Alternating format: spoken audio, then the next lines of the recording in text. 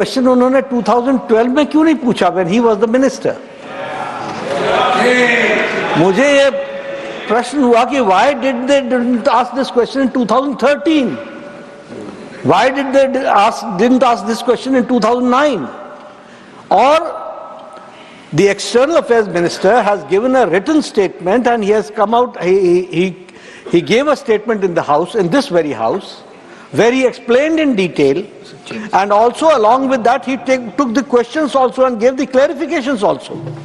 The clarifications were given, sir. The clarifications were given.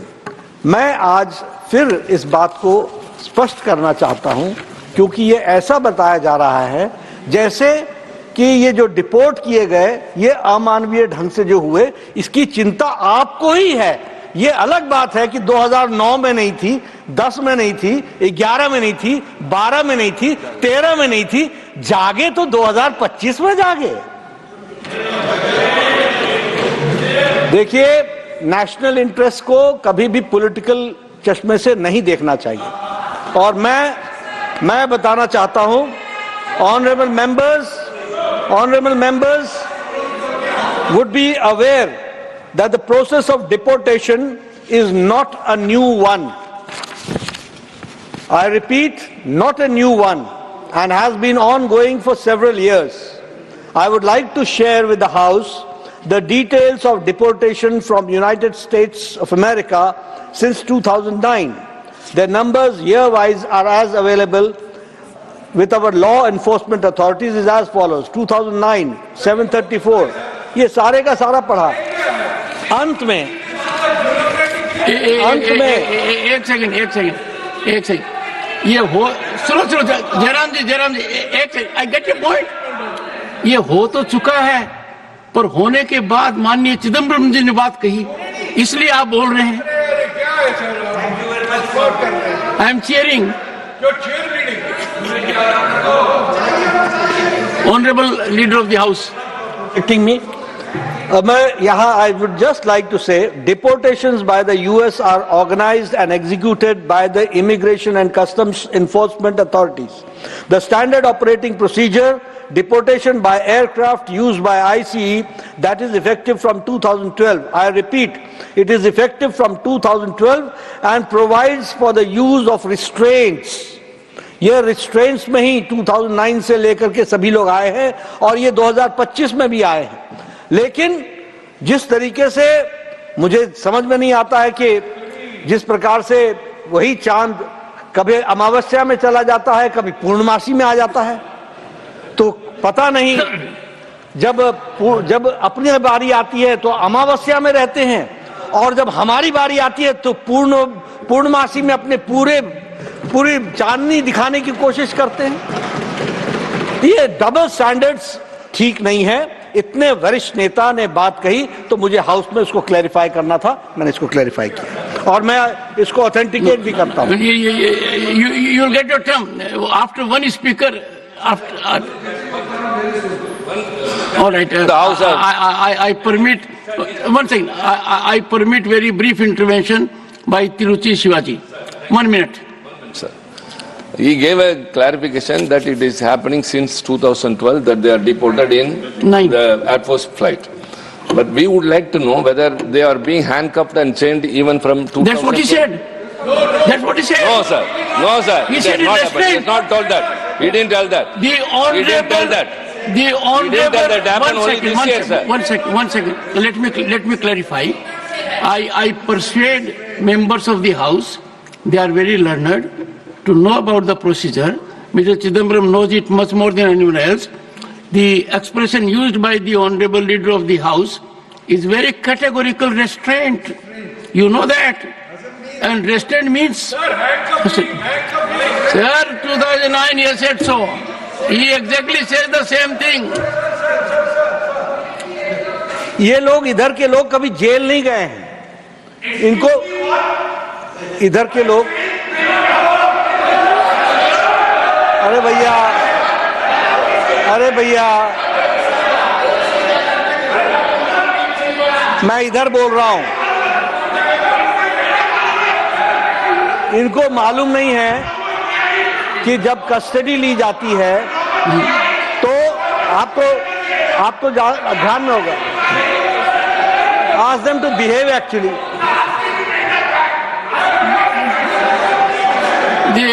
मुझे मालूम नहीं है शायद ये किसी जुर्म में गए होंगे, वो मुझे मालूम नहीं, लेकिन मैं यहाँ सार्थक बाबू मैं इधर की बात कर रहा हूँ, क्यों बीच में आ रहे हो? आप उधर की बात क्यों कर रहे हो? प्लीज इन्होंने जेल नहीं देखी है। कस्टडी में जब किसी को लिया जाता है, इसमें सारे एसओपीज लिखे हुए हैं। You have to follow those SOPs follow किए जाते हैं, वो सारे एसओपीज फॉलो किए जाते हैं, और वही फॉलो 2009 में भी हुए जो 2025 में हुए। The House is progressing rather well, and ignore the first few minutes. It should not be a precedent. I will make one appeal. The honourable members of this House may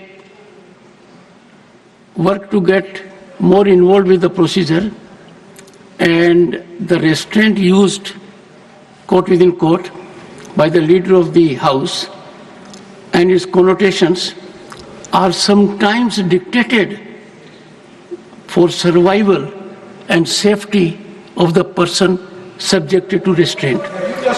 Once again, after the External Affairs Minister made this statement, I learnt myself in detail to all that the External Affairs Minister had indicated, and I will share it with Jairamji during course of the day in my chamber, and he will fully appreciate that restraint is sometimes generated for pure safety of the person concerned. I call Sri Ritambra Banerjee.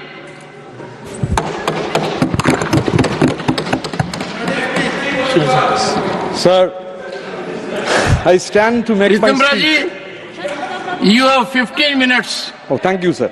Thank you, sir. I stand to make my speech speaking on the budget for the All India Trinamool Congress. As an MP from Bengal, this is a special time to be speaking. Last week, history was being made in my state. Captains of industry, thought leaders, heads of missions of 40 countries, and leading entrepreneurs from across the world were drawn to Bengal for the two-day Bengal Global Business Summit. Last week, many path-breaking projects were announced, from AI to tourism, from steel to energy to telecom. About a mammoth of rupees 4 lakh plus crore in new investments and tens of thousands of prospective jobs made the headlines. One of the world's biggest industrialists said this at the Bengal Global Business Summit in Kolkata. Quote, "Now Bengal is also witnessing a renaissance in economy and business, and no power on earth can stop Bengal's resurgence." Unquote. Yes, madam, Bengal means business. Now let me dissect the below par union budget presented last week. India has more than 50% of its population below the age of 25 years and more than 65 below the age of 35. Now the question is whether the country looks upon this population as a liability or as a resource. This is the basic question which the budget must deal upon. And sir and madam, in the dark times, will there also be singing? Yes, there will also be singing. There will be singing about the dark times. The previous budget, the Honorable Finance Minister has just left, the previous budget presented by her in July 2024 after the Lok Sabha election had accorded priority to employment and skill development given the nature of the election mandate. The Finance Minister had announced a Prime Minister package of 5 schemes and initiatives to facilitate job and internship opportunities for 4.1 crore youth over a 5-year period with a central outlay of rupees 2 lakh crore. However, this year's budget, February 1st, did not refer to the Prime Minister's package even once. There is not even a single mention of the package. What we learned that a cabinet note on employment-linked incentive scheme is under finalization, Ministry of Labour and CII discussing it with the relationship between capital expenditure and employment generation. In simple words, the future of the scheme looks completely bleak. Now the periodic labour force survey, the PLFS, it's a government data.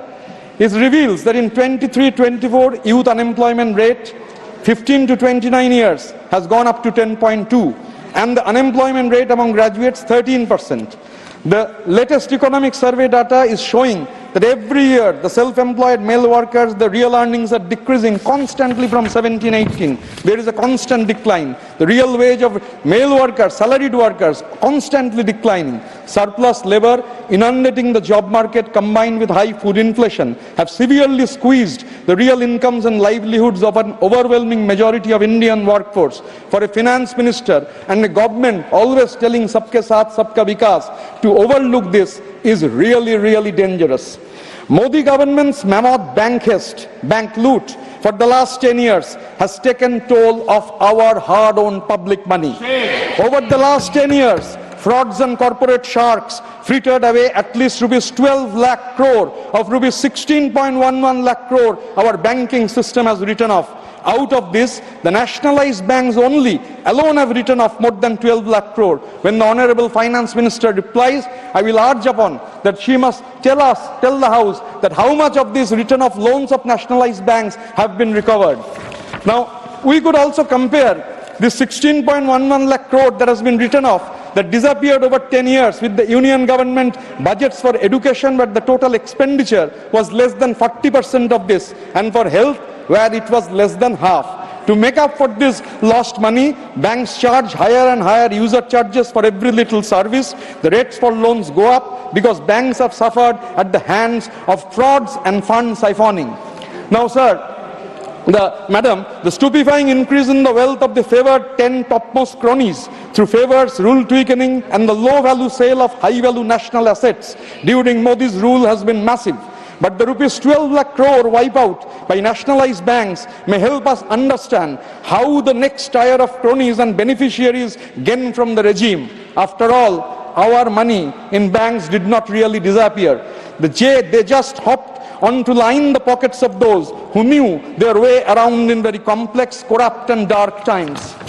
Now, in 1956, both the houses deliberated for 3 months. LIC was formed. The then Prime Minister of the country, Pandit Jawaharlal Nehru, gave from the corpus rupees 5 crore for the formation of the LIC. LIC started its journey. Today, LIC means 51,000 crore of rupees. LIC means 30 crore of policy holders. Now you are allowing 100% FDI, allowing total freedom and greater access to foreign capital could only retard the orderly growth of the insurance industry with the focus more on profits rather than providing the people and business the much needed security. Our Honorable Chief Minister has written to the Finance Minister last year on August 2nd. She wrote a letter asking her to withdraw the 18% GST on life insurance and health insurance policies. I quote from the letter, quote, "With deep anguish I am writing to you regarding the imposition of 18% GST on life insurance and health insurance policies and the withdrawal of deductions. The GST is bad because it adversely affects the people's ability to take care of their basic vital needs. This additional burden may be acting as a deterrent for many individuals from taking new policies or continuing their existing insurance coverage, thereby leaving them vulnerable for unforeseen financial distress." Unquote. Now, regarding the withdrawal of the GST on health insurances, the Finance Minister is always shifting the onus to the GST Council. Sir, Madam, everybody is aware who is in charge of the GST Council, who controls the GST Council. It is the BJP-ruled states who are the majority in the GST Council. Then what is stopping the Finance Minister and her party? The lack of political will is stopping them to roll back this GST on health insurances. Madam, I was born and brought up in a refugee colony in the arid areas of Kolkata. Migrated people bearing the bonds of partition had set up these colonies where from our adolescence we learned that when politics determines our future, we must determine the politics. Political awareness runs in every blood and veins of Bengal in general and these innumerable refugee colonies in particular. Though I don't have the first-hand experience of the horrors of partition, unlike my father, still like many third or fourth generation refugee, I consider my refugee ancestry as one of my greatest badges of honor. This refugee ancestry had passed on the political understanding of fighting for legitimate rights. As a trade union activist, fighting for the rightful dues of the working people becomes my duty You are denying the people of their dues, denying the people of Bengal of their rightful dues. You are denying the MG and REGS workers. They are not in a begging mood anymore, as they have realized that this denial is completely political. West Bengal is owed a staggering figure of rupees 1.75 lakh crores. The delay has not only affected the implementation of critical programs, but also created challenges for local governance, particularly in rural areas that depend heavily on such funds for employment and infrastructure development. Madam, so the fight for these funds are necessarily political. We are aware that we are standing here. If we shift our position, we shift to the other side, things will fall in place. But Bengal refuses to surrender. Bengal hates to surrender. Bengal will never surrender. Bengal will never bow down. I understand the problem of the treasury benches. You cannot fight Mamata Banerjee politically. You cannot match Mamata Banerjee's good governance. You cannot match Mamata Banerjee's welfare scheme. So you continue depriving lakhs of our people. The more will be your deprivation, the sharper and greater will be our resolve, the resolve of our people to fight you in a befitting manner. The resolve finds resonance in the immortal words of the true polymath, who has been our greatest identity. গত 1000 বছরের শ্রেষ্ঠ বাঙালি, শুধু শ্রেষ্ঠ বাঙালি নন, যিনি ভারতবর্ষের ধারণাকে চিরকাল একেবারে সর্বাগ্রে তুলে ধরেছেন. The greatest Bengali of the last 1000 years, it was Tagore who said, চিত্ত যেতা ভয় শূন্য উচ্চ যেতা শির, জ্ঞান যেতা মুক্ত যেতা গৃহের প্রাচীর, আপন প্রাঙ্গণ তলে দিবস সর্বরি, বসুধারে রাখে নাই খণ্ড ক্ষুদ্র করি. Where the mind is without fear and the head is held high, where knowledge is free, where the world has not been broken up into fragments by narrow domestic walls, where words come out from the depth of truth, where tireless striving stretches its arm towards perfection, where the clear stream of reason has not lost its way, where the mind is led forward by thee into ever-widening thought and action, into that heaven of freedom, my father, let my country awake. Now, madam, as I am a trade union activist, I want to give this august house some necessary figures. It is believed, I am not a student of economics, but these are very basic figures, that when unorganized workforce in a country goes on increasing, the health of the economy is not in a proper shape. Now let me look into the figures that are available. The figure says, in unorganized laborers in Africa, 86% in the unorganized sectors, 14% in the organized sector. In Asia Pacific and Arab countries, 68% in the unorganized sector, 32% in the organized sector. In Americas, 40% in the unorganized sector, 60% in the organized sector. In Europe and Central Asian countries, 26% in the unorganized sector and 74% in the organized sector. And now we come to Vishwaguru's India. Just let me tell the House, as a trade union activist, we are facing these problems. There are serious implications of this. 93% of the workforce has come under the ambit of unorganized workers. Only 7% are organized workers. The organized workers definitely had some statutory benefits, but the unorganized workers are deprived of the statutory benefits. 50% contribution of the GDP of our country comes from the unorganized sector. 6% of them are only falls under the social security measures. The blood, toil, sweat and tears of these workers are the bulwark of our economy, but the budget has completely neglected them, has said nothing about them. Now I want to mention about two schemes. One is the Pradhan Mantri Shram Yogi Mandhan Yojana, PMSYM. This is a central scheme, and a state scheme of Bengal known as Binamulye Samajik Suraksha Yojana, BMSSY. The PMSYM, the Pradhan Mantri Shram Yogi Mandhan Yojana, in this, they are the unorganized people who want to come under this scheme has to contribute every month. Every month you have to contribute money. And in the BMSSY scheme of Mamata Banerjee, you need not contribute a single rupee. The entire money for 18 to 60 years is given by the government. Now, I come to figures, flat figures. The figures tell us the report up to January 2025 in Bengal, is Binamulya Samajik Surakha Yojana of Mamata Banerjee. Number of registration, unorganized workers, 1,76 lakh plus. I repeat, 1,76 lakh plus. Number of benefit distributed, 34,94,000, almost 35 lakhs. And the amount distributed is 2,606 crores. Let the central government show political will and take up the responsibility and make the entire contribution from the workers like Mamata Banerjee is doing in the central schemes. Now, sir, as I am a trade union worker and Prakash, who stays in a tea garden, he is a worker of a tea garden in the northern part of Bengal, I will mention about some tea chronology that is very essential to mention. In 2016, when I was a member of this house, Honorable Finance Minister was then Commerce and Industry Minister. This is the Gazette notification. So the Gazette notification is dated 28th of January 2016, wherein the Gazette notification, before that the Honorable Prime Minister had gone to Madarihat, they are promised about taking up some Sikh gardens. So this Gazette notification on 28th of January mentioned Birpara, Garganda, Lonkapara, Tulsipara, Hantapara, Dhumchipara, Dimnima. 7 gardens will be taken over by tea board.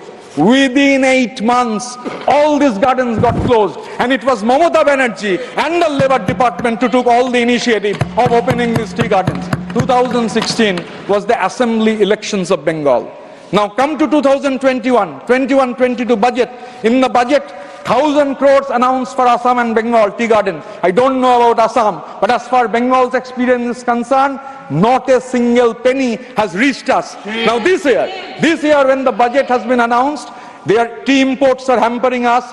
The central government's decision of plucking dates there is a damage of 7% crop, tea crop, problems are there. But the tea garden, there is a discussion in the tea garden. Common workers are discussing in the tea garden. Oh, this year is 2025, so in this budget nothing will come.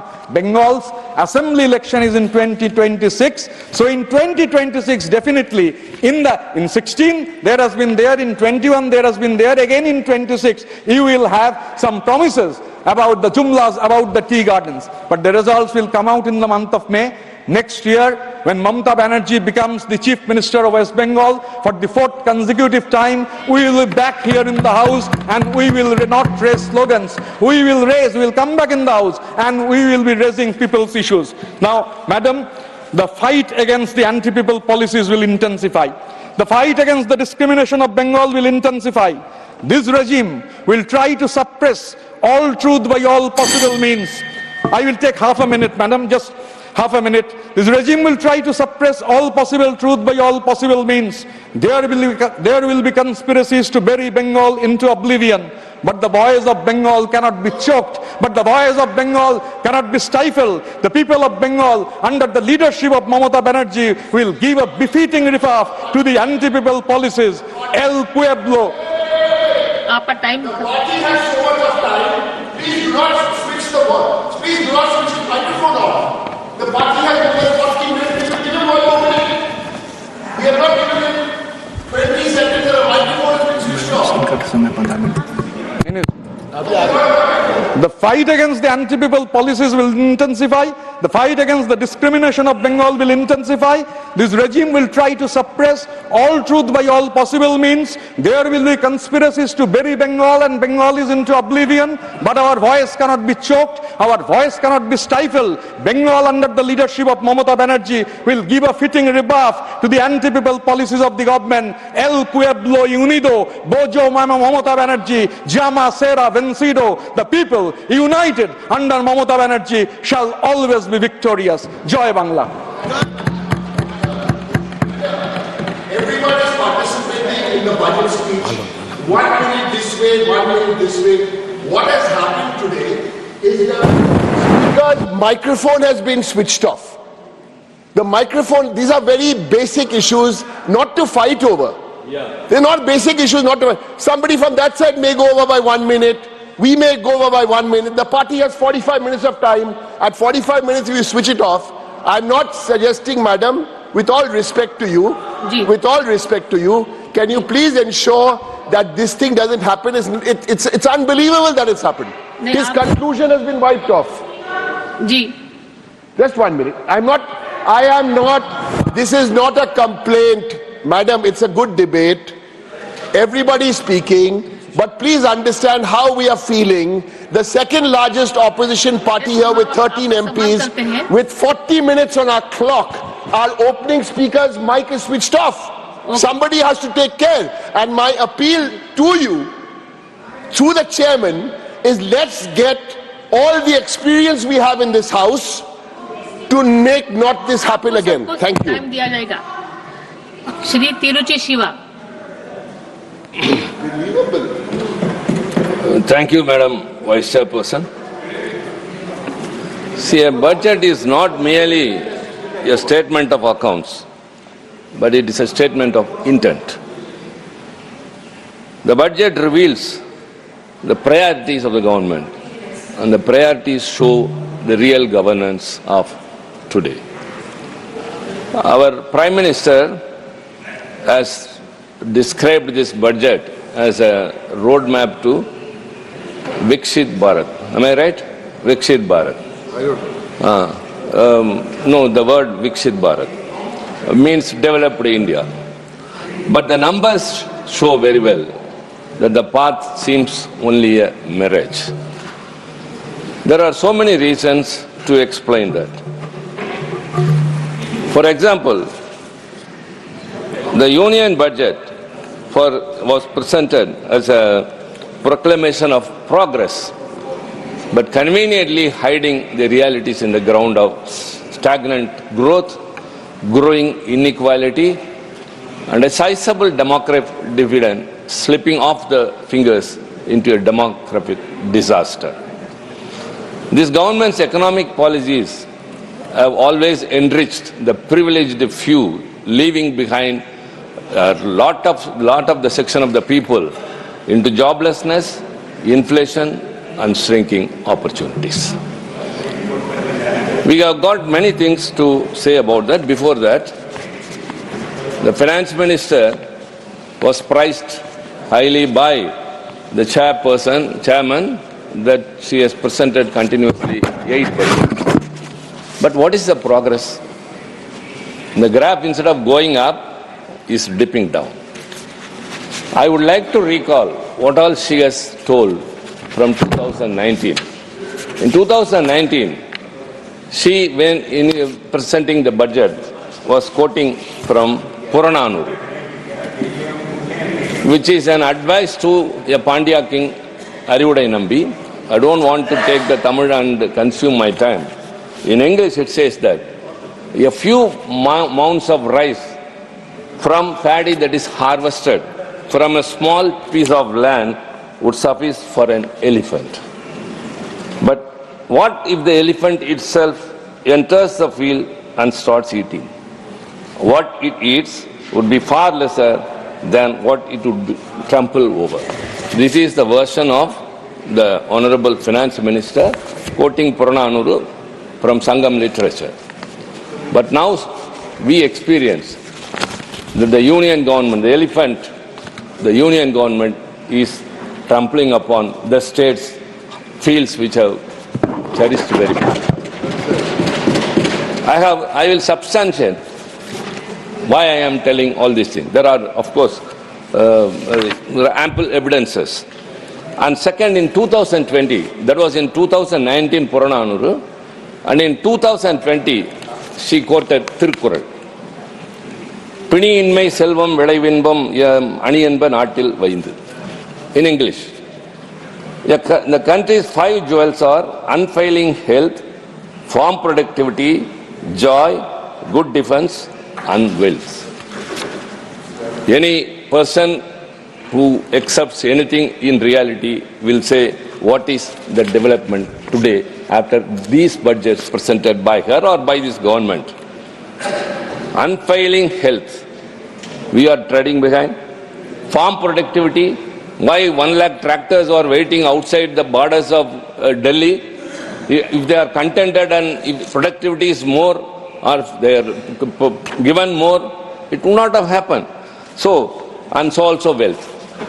And 2021, she quoted another Thirukkural. Iyattalum, Yittalum, Kattalum, Katta Vakattalum, Valladu Arasu. A good king is one who is able to acquire wealth got it and distribute it justly. That is it.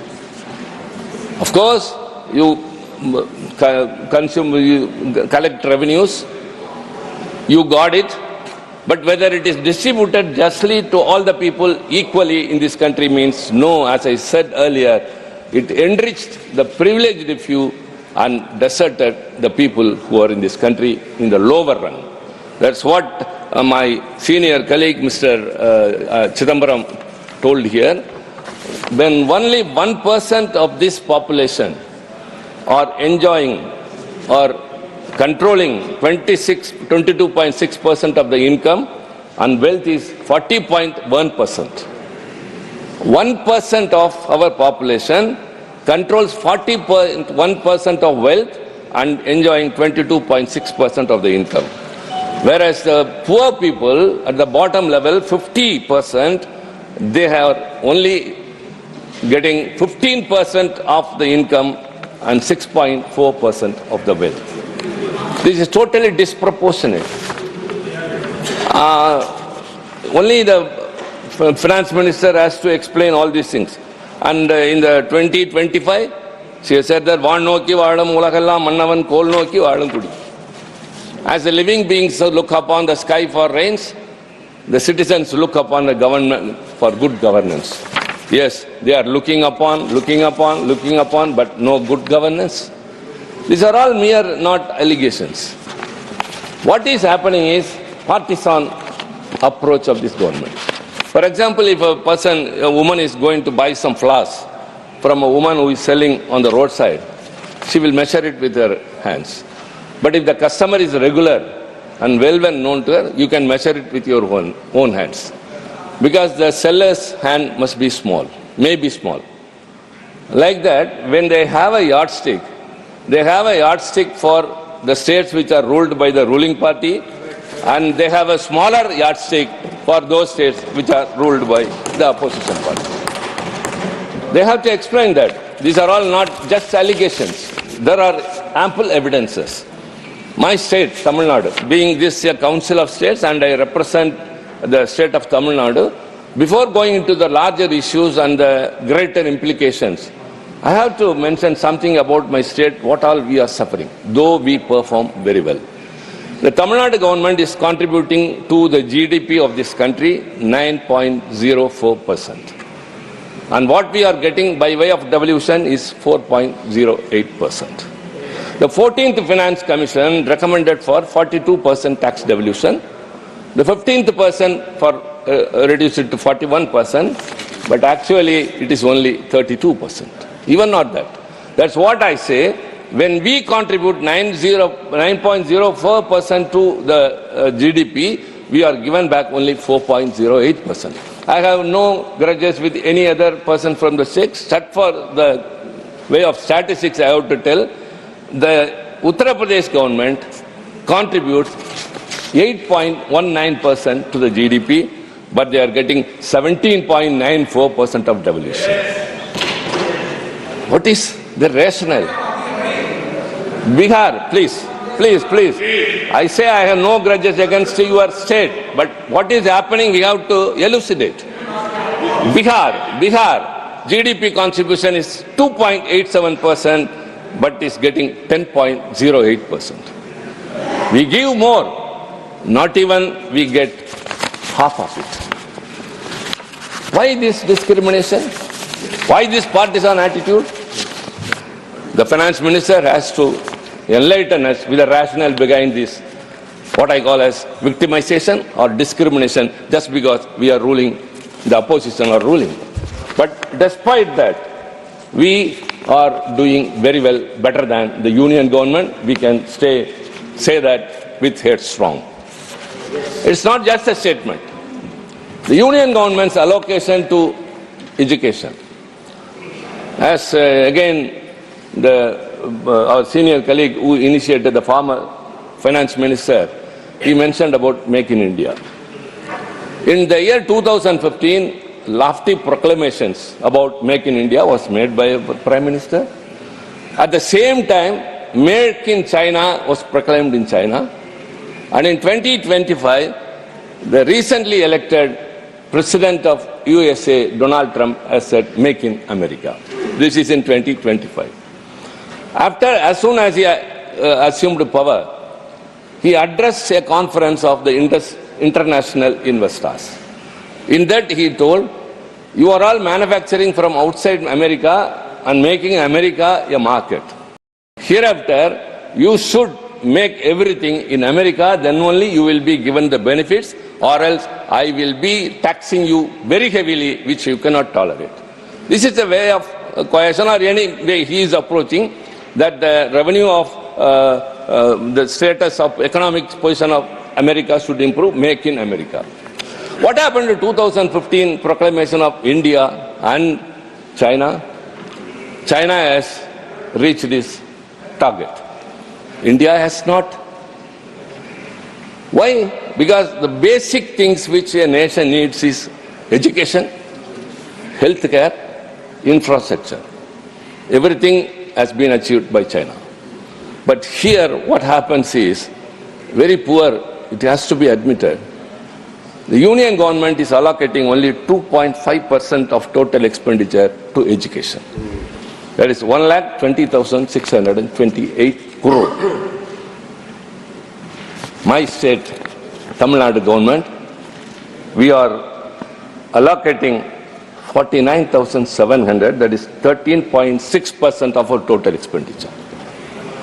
What Tamil Nadu government is spending towards education is 40% of the total allocation by the union government to the entire country. Ours is 13.6%. And this year it is 13.17%. So also health care. The union government allocation is 1.89%.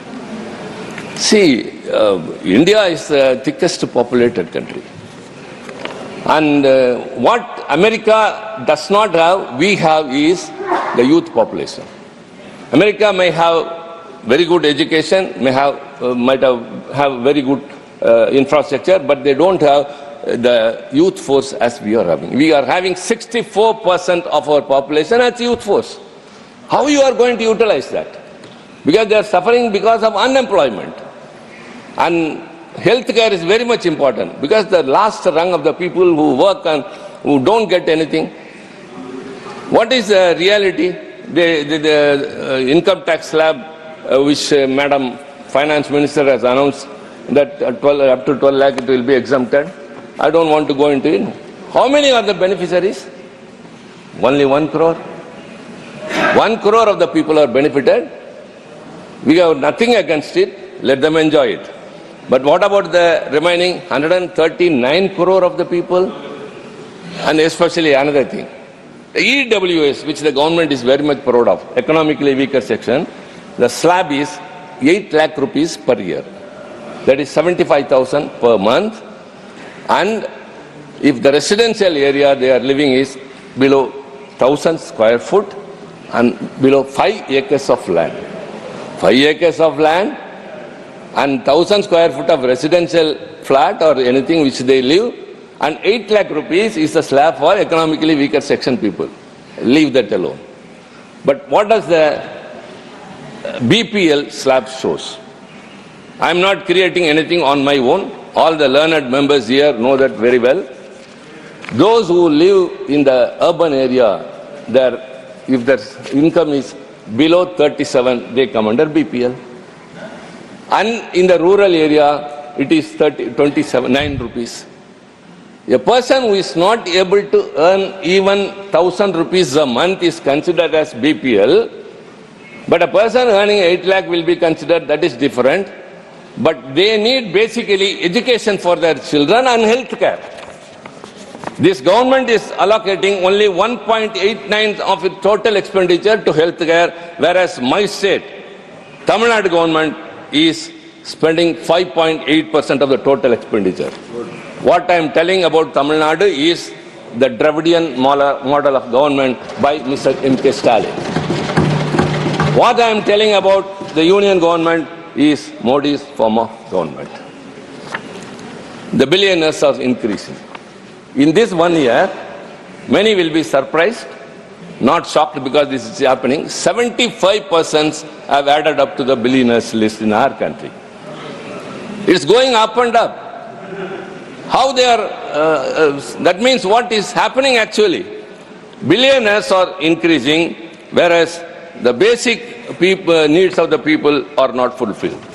And very important statistic, when I say that, yes, every 5 days, one billionaire is coming out up successfully. Millionaire or billionaire. Numbers are increasing. Every 5 days, India sees a person becoming a millionaire.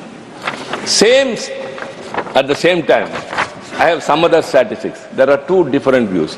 You see a very high building, a millionaire is living. On the other side, the rape cases in India, daily average, approximately 87 cases per day. And murder cases, approximately 78 cases per day. Farmer suicides, approximately 31 cases. I shall come to you. I'll come, my dear brother, Mr. Murugan, I'll come to your point. I know what you are telling. Wait. Thanks you intervened. Thanks you interrupted and I got a point. That's different. Please, I have a very good statistics. Farmer suicide, approximately 31 cases per day. Unemployment-related suicides, approximately 9 cases per day. Human traffic cases, approximately 6 cases per day. Dalit atrocities, approximately 141 cases per day. Student suicides, approximately 36 cases per day. And cyber crimes, approximately 180 cases per day. There are two different views. One side, the rich are becoming richer. The other side, the poor are becoming poorer. And this is the real stage of this country. And he said that, what about Tamil Nadu? I am telling about Tamil Nadu only. Tamil Nadu is performing so well. See, the national average of enrollment in higher education. See, as you have presented a budget with statistics, I am also speaking on statistics. Enrollment of students in higher education, national average is 27%. And Tamil Nadu is 47%. And what is it we are getting? What is it we are getting? The UGC is used by the union government to suppress the state governments. The colleges, the universities are within the purview of the state, the jurisdiction. The land belongs to the states. The building structures, everything spent by the states. The teachers who are working there, they are also the salaries are given by the government, state government. And the students' concession and everything that is given, scholarship, everything is given by the state government. But the UGC, crossing its jurisdiction, has recently given some guidelines that the vice chancellors of those universities will be selected by a panel headed by the governor of the state and the members appointed by the UGC. No. What does the state government role has? You have to tell that. See, everything is ours. That is because we are maintaining the government and we are looking after education, though it is in the concurrent list. Our enrollment is 47%, but you want to indirectly bring inside your person by a select committee headed by the governor, who is always against governments which are ruled by state governments. Whatever the people is in need of, if the state government enacts a law, that too also will not be given assent by the governor, and he will act extrajudicial activities, official things. But he will be heading the search committee and the members will be appointed by the UGC. What will happen?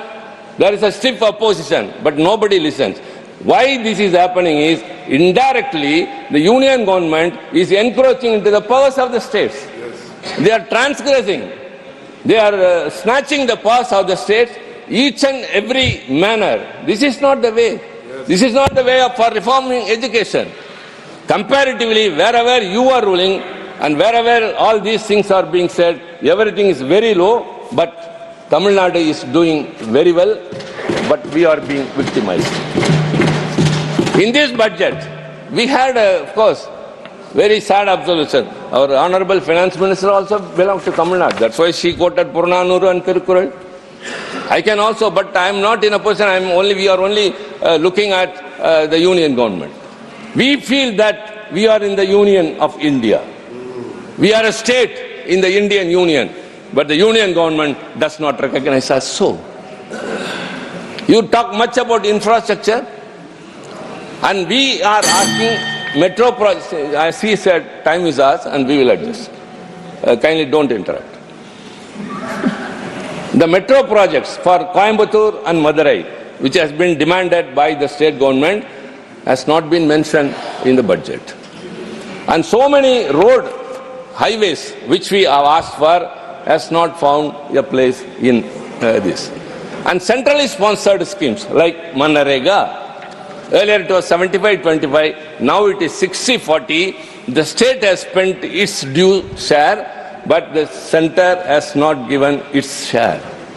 So also SSA, Sarva Shiksha Abhiyan. I don't know, the meaning is different. SSA, Sarva Shiksha Abhiyan. And even in that, the states are not being given the due share from the union. You know why? The states are not implementing the NEP. See, it is the state government's choice whether to accept a policy which is to the convenience of the union government. And we are saying that we have got our own new education policy. We have constituted a committee that would come out. But it says that if you don't adopt NEP, you won't be given your due share. Like UGC says, if the states doesn't abide by the guidelines of the University Grants Commission, the universities cannot award degrees to the students. How strange. Who are there to dictate? Who are there to dictate universities that you can... And surprisingly, ma'am, you yourself will say what is right or wrong. The vice chancellors to be in the universities need not have an academic background. They need not have been a professor, a tutor, an assistant professor or anything. Any person from outside will come and head the university and he will decide the curriculum, he will be getting the colleges. What is it? Authoritarian to the extreme is in every sector. That's why, as I said, UGC, so also the schools are victimized that we are not entitled to have this SSA due from the center share. So also disaster relief. There were two cyclones, the Fenjam and the Minjam. So two cyclones. Tamil Nadu suffered a lot. And we have been asking for a relief measure of 30,000 crore from the union government. I also raised it during the zero hour, and at that time I have received a reply from the Home Ministry saying that the state could give from the SDRF. It is beyond that. It exceeds the SDRF limits. And what is the NDRF is for? They give only lame excuses. Members from all the parties with conscience tell us, we asked for 30,000 crore rupees, but we were given only 267 crore. What is it? We have to undertake so many things that have been damaged during the cyclone. Infrastructure. People have to be brought back to normalcy. For that the states are spending, whereas the union government stays off and say, we don't have anything. So in this way, disaster relief is not being compensated properly. The SSA, we are being victimized. The Manarega scheme, we don't get what we want. The road projects which we ask, we are not getting. And also the devolution of taxes is also not in the due manner or rational manner to my state. Ma'am, what is happening in my country? As I said earlier, at one side it is very much we see richer people, on the other side. Very important ministry is the MSME, because the MSME is the largest employment provider next to the agriculture. And moreover, as per the budget of the finance minister, it is 7.5 crore who are getting employment. 36% of the manufacturing of this country is by MSME. 45% of the exports of this country is from MSME. But what is the support this government is extending to MSME? In the banks, when they go for PMEGP, every bank has a different rate of interest. The topmost bank, which is very closer by the person who is going to be an entrepreneur, it charges the highest. But they do not know, they cannot classify, they want that. And surprisingly, what I noticed in this budget is, it is enhancing the limits of the MSME.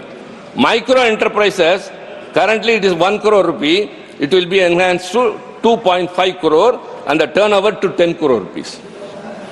Small enterprises from 10 crore to 25 investment and turnover 50 crore to 100 crore. And medium enterprises 50 to 125 investment, 250 to 500 crore. My dear colleagues, please tell me, what is a micro enterprise? MSME people who are in, just for 5 lakhs, just getting a 5 lakh loan, a woman is running something, doing some business, which gives an employment to 7 persons. 2 from the same family and 5 from that village.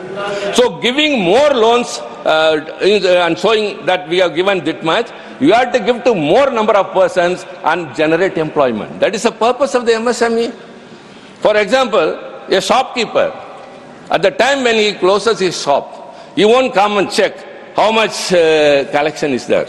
He will see how many bills have been given, how many persons have entered his shop.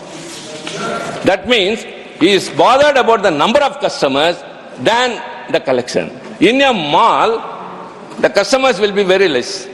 In a shop, in a multinational brand company, and the collection will be very much. But at the same time, ordinary textiles in our bazaar will have a lot of people, the collection will not be even half of that collected in a mall. So, which is a necessary means, you have to help the MSMEs, that too the poorest people, to have more entrepreneurs, enterprises, and that way you can generate more employment. And this year, very surprisingly, again the income tax slab everyone is praising about, the collection of taxes, direct taxes, 56.78% is from personal income tax. And the corporate tax has come down. The income tax, direct taxes is 56.78%, out of which 53.3% is from ordinary people. What you have done to these ordinary people, instead of that, you have favoring the corporates. And indirect taxes is the remaining 42.68 or something. And the indirect taxes mostly constitute the GST. And the GST this year mainly constitute, the indirect taxes constitute 83% of indirect taxes. 83% of the indirect taxes is from GST. That is what again our former finance minister told here. What are you doing with that? Why don't you cut down the GST? Every person, even an auto driver, even a farmer, even a laborer in a farm, they are paying GST. Income tax is given by some other people, middle class or upper middle class or anything. Every individual is paying GST. Why don't you cut down that? Have you cut down the excise duty of petroleum products, as he said? That would have benefited the lot in the nation. But you have not done so.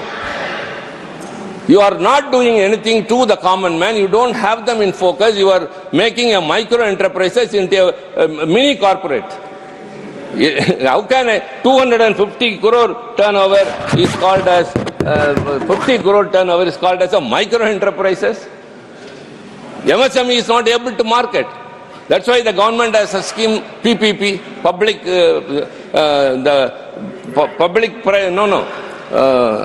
the public sectors have to procure from the MSMEs.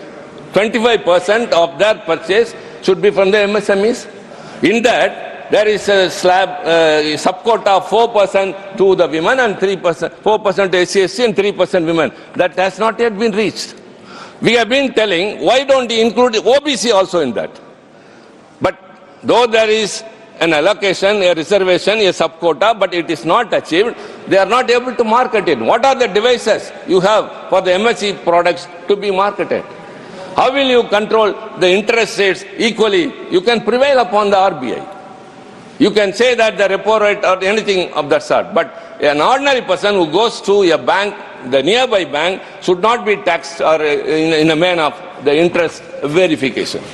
So in that way, the MSME, again I say, the largest employment provider has to be taken care of. But you are trying to make it again a corporate.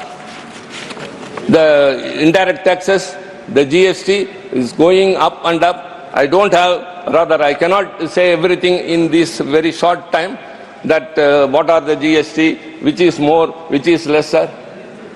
And everything is contradictory, which affects the common man. You have taken away all the revenue rights of the state governments and it has been subsumed into the GMT, but do you compensate that? You collect the GST compensation cess, you collect surcharge for welfare schemes.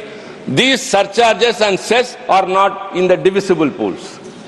So you are getting more money by way of another way, shortcut way, by way of cess and surcharge, and the union government is keeping that even not without sharing with the state governments.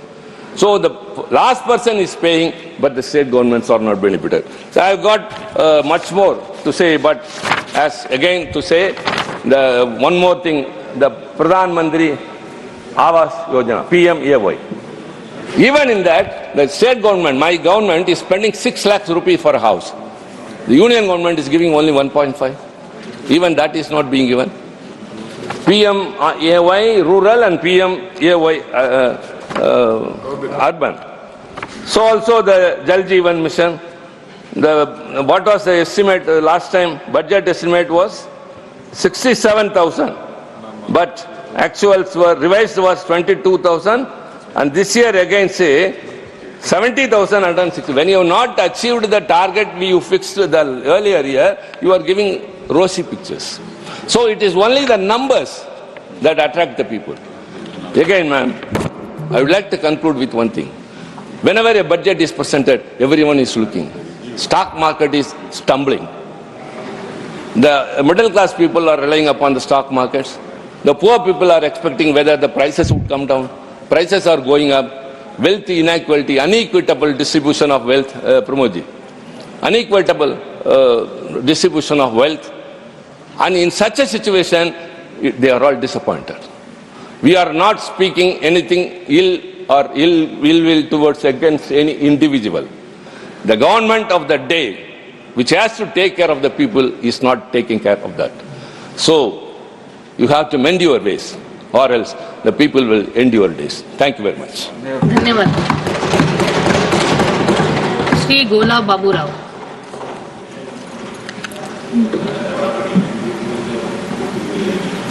Thank you very much, Srimati Deputy Chairman Madam. Vice Chairman Madam. Thank you for giving me an opportunity to speak on the budget to the 2025-26 in this August House. I also thank my party, YSRCP, President and former Chief Minister of Andhra Pradesh, Sri Jagan Mohan Reddy Garu, for giving me the opportunity to speak on the important subject on the Union budget. I congratulate Honorable Finance Minister for presenting the budget successfully for 8 years continuously. Budgetary, in fact, before I go into the details, I was given only 8 minutes time. As our seniors gave a lot of really weaknesses in the budget, I too endorse with the senior members what all they spoke about the reality in the budget.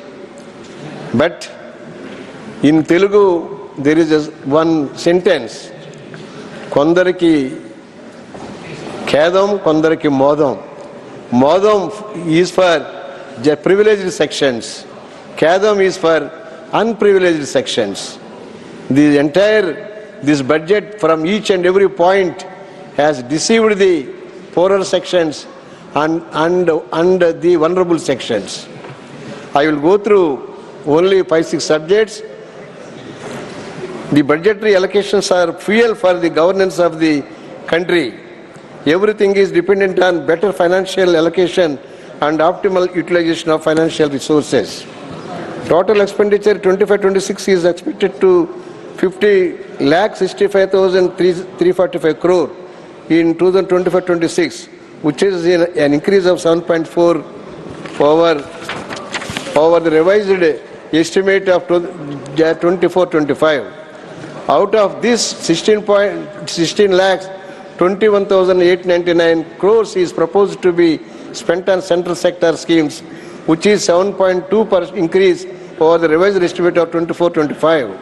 And 5,41,850 crores is proposed to be spent on centrally sponsored schemes, which is 30.5% over the revised estimate. Government receipts, excluding borrowings, are estimated to be 34,96,409 crore, which is 11.1 higher than revised budget estimate. But it is a tough task to bridge the gap between these receipts and the expenditure of 15 crore 68,936 crore, as the revenue deficit is targeted 1.5% of GDP and fiscal deficit is targeted 4.4.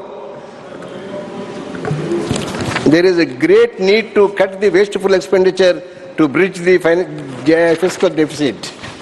Government increased the income tax exemption limit to 12 lakhs, which is a great relief, which is considered to be great relief to the middle class.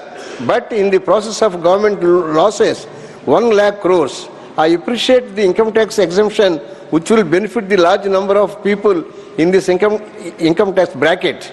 But this is no help to the poorest of the poor, who are in the margins of society, though their statistics say the number of people living below poverty line has decreased considerably. Still, there is a lot to be done for the poorer sections of the society. Due to decrease in the value of money, whatever has been given to the poor is little, and lot needs to be done. For example, the value of 500 rupees per day wages has got much value 5 years ago than now. Similarly, whatever the poverty alleviation measures are taken are not much effective in the changed economic setting. So there is a great need to improve the poverty alleviation measures to match with the increase in the cost of living.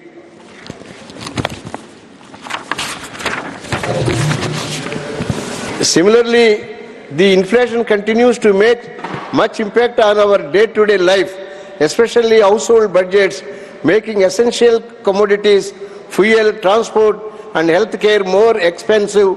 So a lot more needs to be done to address the basic economic problems facing the citizens, especially the weaker sections of the society. Allocation towards Manrega and PM Kisan remained as the same as the revised estimates for the 24-25, despite the fact that rural distress has been increased. Government would have increased the allocation for Manrega and PM Kisan, as it remained the same since 24 budget estimates. The importance of these two schemes are well known to the government, as majority of poor and unemployed are dependent on these two programs for their livelihood. These two programs need to be given higher allocation, at least in the future. Ministry, the allocation towards rural development is estimated to increase by 14,527 crore, 8.3% to 1,90,406 crore in 25-26. The program for the welfare of women and children have been allocated the 5,65,161 crore 25-26. an increase of 18.5% over the revised estimate 24-25. These allocations include programs being implemented across all ministries. Allocation towards the welfare of women is estimated to increase due to increased allocation towards the Pradhan Mantri Awas Yojana, for which the female head of the family must be co-owner of the house. The allocation towards the welfare of children is estimated to increase due to higher allocation towards the school education under Samagra Shiksha Yojana. The allocation for scheduled castes has to increase due to increased allocation under National Rural Livelihoods Mission. New scheme for the first time SC/ST women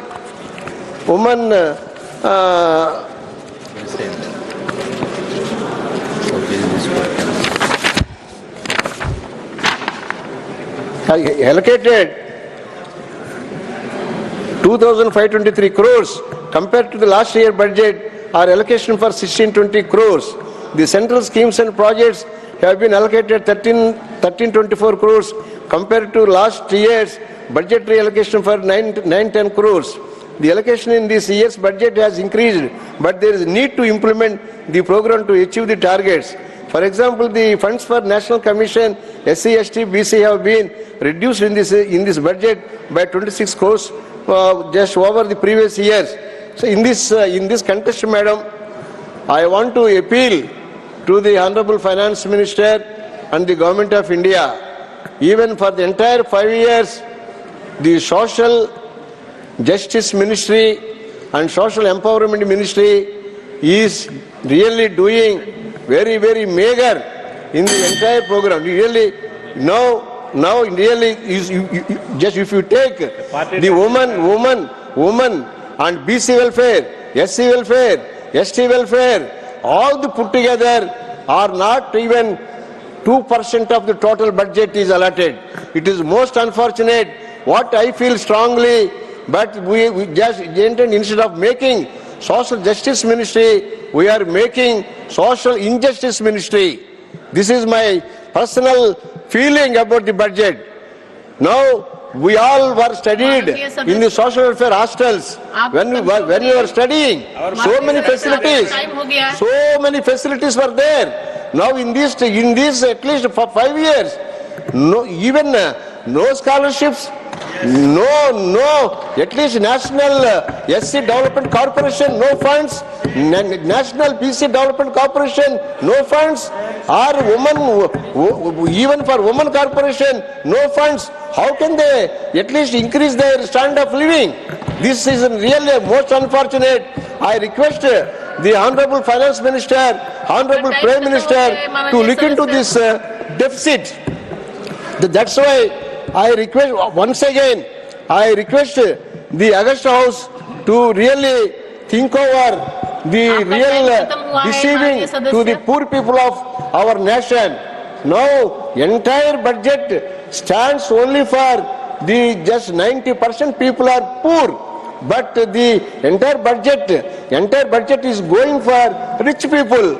Now, for example, I tell you one example, madam. Even in my state, Andhra Pradesh, our former Chief Minister has allotted 275 crores for the poor people, BCs, SCs, STs, minorities, for all the people.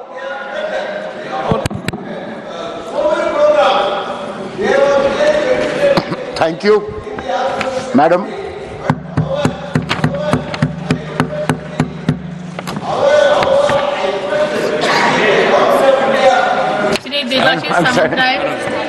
I start with the key shortcomings in this budget. Number 1 point, limited focus on wage growth. While there are mentions of employment generation and skilling initiatives, there is no clear plan to increase minimum wages or improve labor conditions. GIG and informal workers. The speech briefly acknowledges the GIG workers and proposes healthcare benefits, but it does not address concerns like job security, social security, and fair wages for the growing informal workforce.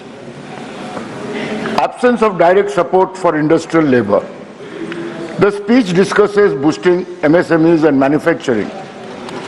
but does not propose substantial measures to improve the working conditions, wages or rights of factory and industrial workers.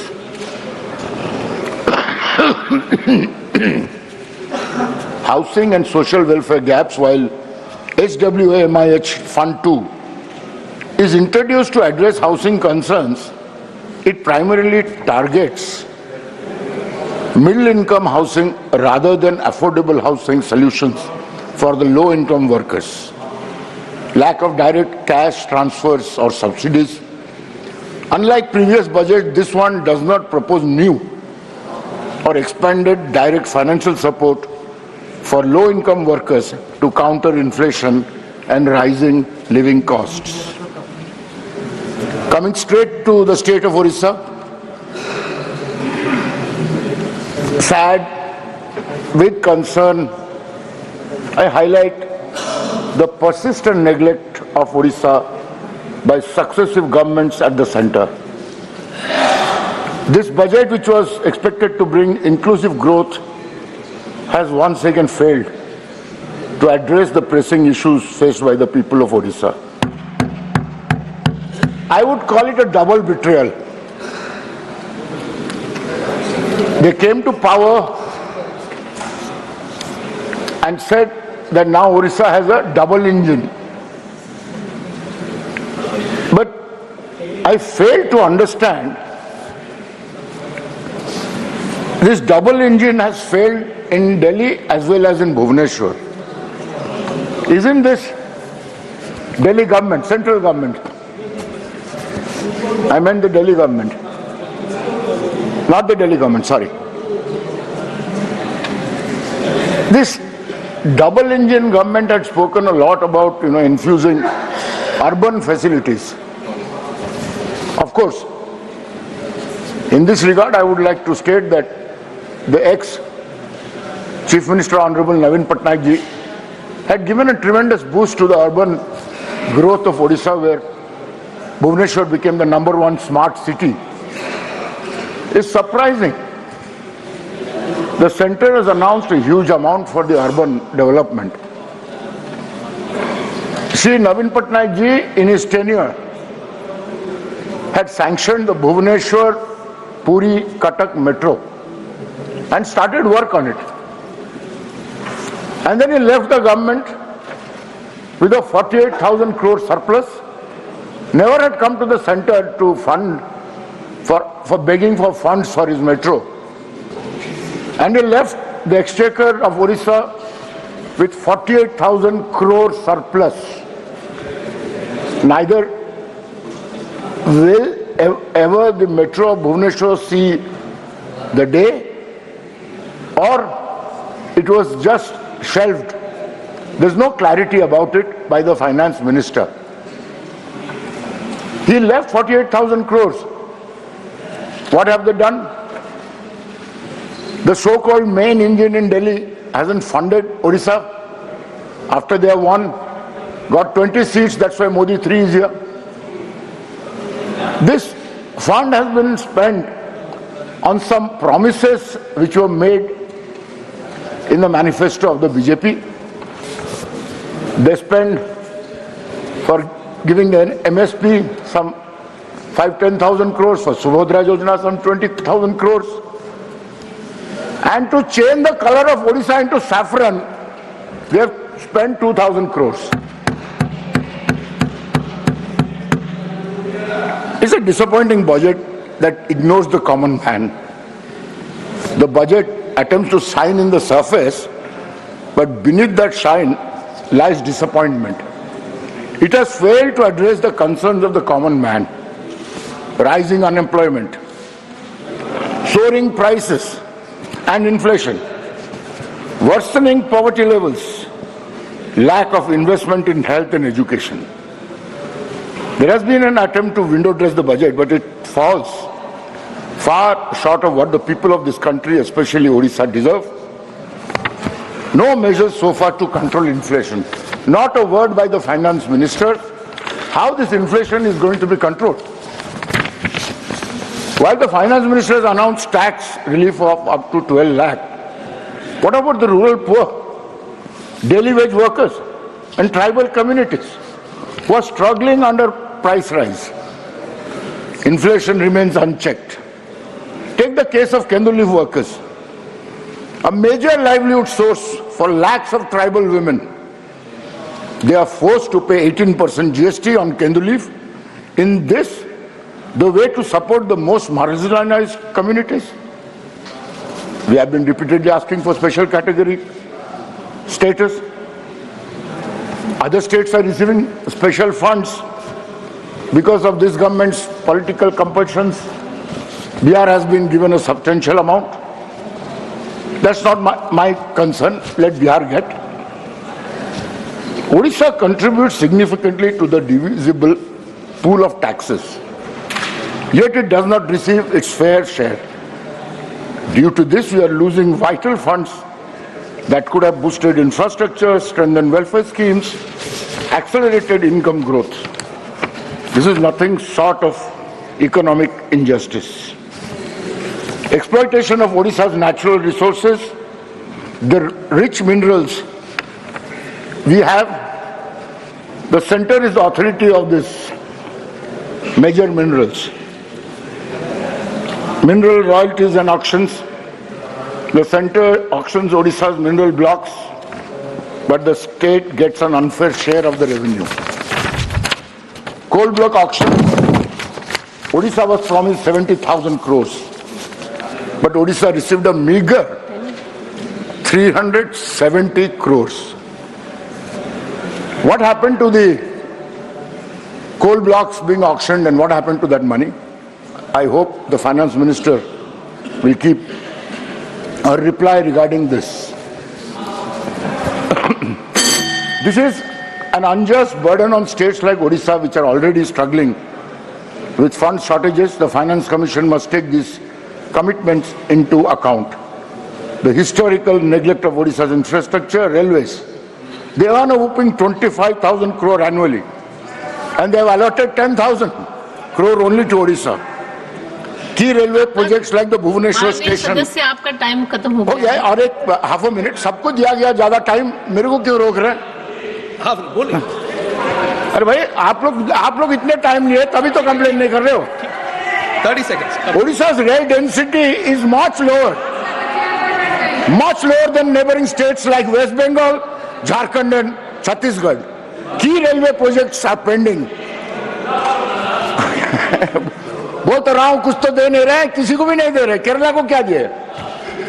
This is how the center treats the state that contributes so much to the national economy.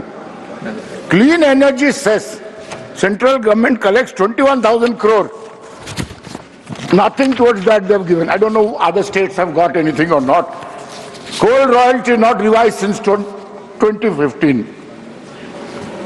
And in the end, I would conclude by requesting through you that Orissa be granted special category status, fair share of central taxes and revenues, higher investment in railway and infrastructure, revision of coal royalty, equitable share from clean energy sources. Thank you. Thank you. Dr. M. Tambidurai. Thank you, Madam Vice Chairman. On behalf of ADMK party, on behalf of my leader, my party, Deportation Palaniswamy, I rise to participate in the discussion on the Union Budget 2025-26 presented by the Honorable Finance Minister. Madam, I want to mention certain points which my leader, Deportation Palaniswamy, observed about this budget. First, he said in an economic survey for the year 2024-25, it was mentioned that there is a necessity to promote investment capital and increase domestic consumption to achieve specific economic growth. It was expected that the budget for 2025-20 would include plans for focusing on the poor, women, farmers and youth, but we are missing that. At the same time, we have to, my leader, Deportation Palaniswamy, observed that he is welcoming the changes made in the custom duty to promote domestic production. And also, income tax limits have been changed, which is also welcome. While, Madam, as my other colleagues spoke from Tamil Nadu, we are also disappointed the allocation not made more for Tamil Nadu.